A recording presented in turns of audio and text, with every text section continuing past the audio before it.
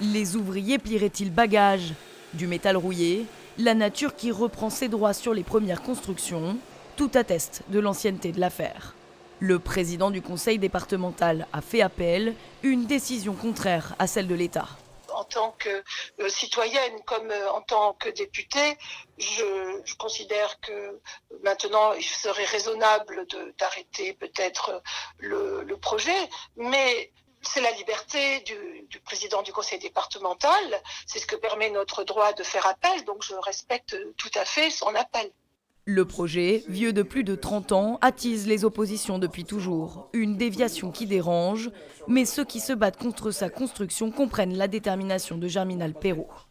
Ce qu'il fait, c'est tout à fait logique. C'est-à-dire qu'enfin, il respecte, je dirais, la justice dans ce pays. C'est-à-dire qu'on reconnaît aujourd'hui que la justice, quand même, peut avoir un avis qui peut être différent des uns et des autres. Il est tout seul, c'est clair et net, il est tout seul.